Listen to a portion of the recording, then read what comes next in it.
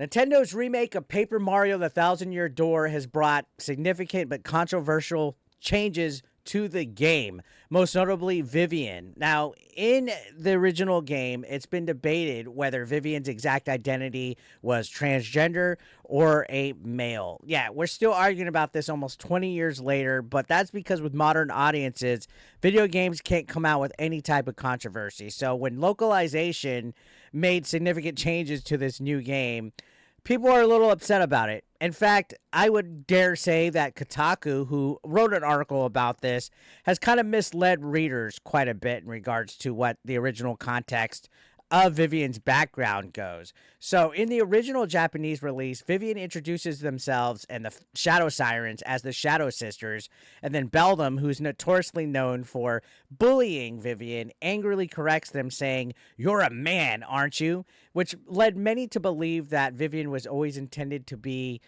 a transgender woman. I guess at least on the left-leaning forums and left-leaning websites like Kotaku, which we'll get back to them in a minute.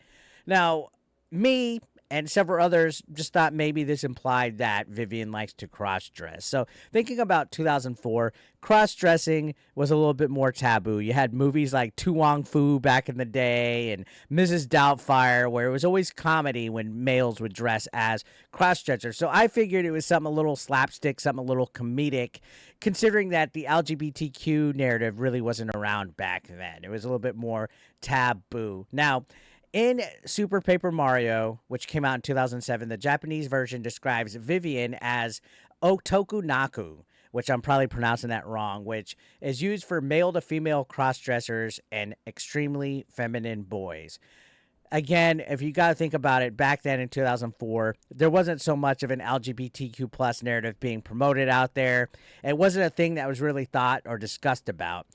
And in my opinion, Vivian was always considered a cross-dresser, which to me, cross-dressing and being transgender are two entirely separate things. They're not one and the same at all, but people tend to get them confused, especially this day and age. Now, in the original game's English localization, it seems like Nintendo avoided the topic altogether, with Vivian being berated for being ugly rather than transgender. So they would say, you know, dialogue that is very vague. It never directly said any of this out there. But now in the new remake, the new lines of dialogue, I guess they kind of just wanted to just not be vague with it anymore, because Vivian flat out says that it took them a while to realize that they were their sister, not their brother. So their usual bullying feels heavier. This screenshot has caused such a debate online where there's two different ends of the spectrum. For example, Kotaku is the left-leaning side, Bounded into Comics is the right-leaning side, and they both wrote about this. So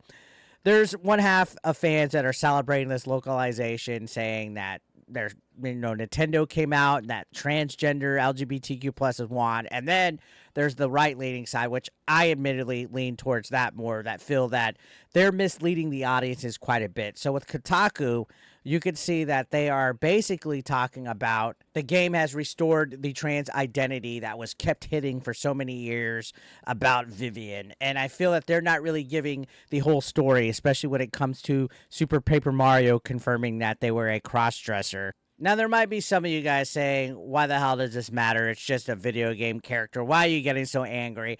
Honestly, it's more frustrating when you think about a lot of things that video game companies have done when it comes to localization, especially for modern audiences. They tend to want to plant narratives. They tend to want to plant agendas in their video games that weren't originally intended in there. So in 2004, again, like I said, cross-dressing was something that was a little bit more of a slapstick type of comedic thing. Again, you think of movies like Tu Wong Fu, Mrs. Doubtfire, and when you think of Japanese culture, the cross-dressing thing has always been something that's been a little bit of a comedy act. So I thought originally with Vivian, that's what they were going for. They were intending it to be something a little bit more silly with the character.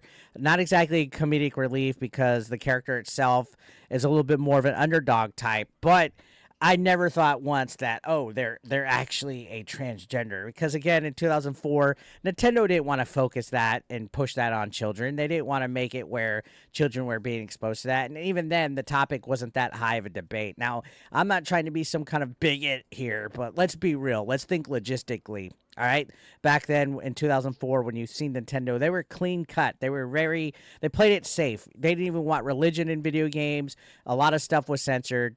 Nowadays, with modern audiences, again, you get people that want to push this woke narrative, and localization is notorious for it when it comes to video games. Think of all the games that have come out recently, like Stellar Blade, that have been censored for various reasons, and now Paper Mario fell victim to it. And think of the other stuff that's been censored in this game. For example, the fat shaming from Bowser was taken out of the game. Yeah, he tells a Goomba or a Koopa Troopa to do some sit-ups, that they're looking a little out of shape, and this was deemed offensive by people. Yeah, telling people to do sit-ups and work out was deemed offensive and fat shaming in this video game. That's where we're at in today's society, guys, that people are more worried about trans representation and changing lines of dialogue for a character to make them transgender instead of a crossdresser, and completely removing fat shaming from the game, because we can't have that, right? We can't have fat shaming in our video games. On top of that, there was a controversy with Goombella being catcalled when they go into Rogueport.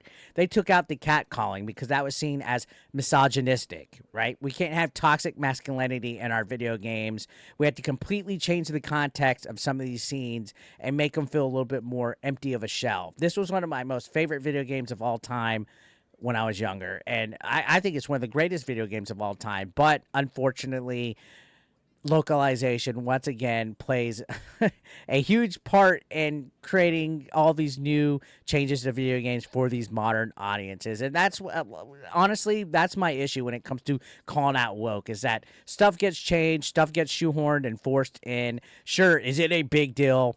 Not really, but you give them an inch, they take a mile. They start to make changes like this to games that should be preserved. Why can't we get Paper Mario Thousand-Year Door in its original form, where the dialogue is originally what it was? Why can't we get it presented the way that it was originally supposed to be presented without narratives being pushed into it?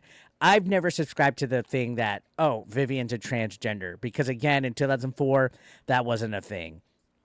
Just like with Birdo, that was promoted as a cross-dresser as well, but people changed that into a transgender ideology as well. I'm sorry, I can't talk over myself because I'm over here thinking about all the changes to dialogue, so I might as well change my dialogue. Anyways, this has been a pretty heated topic. I want to know your thoughts down below. Let me know in the comment section. Subscribe if you haven't.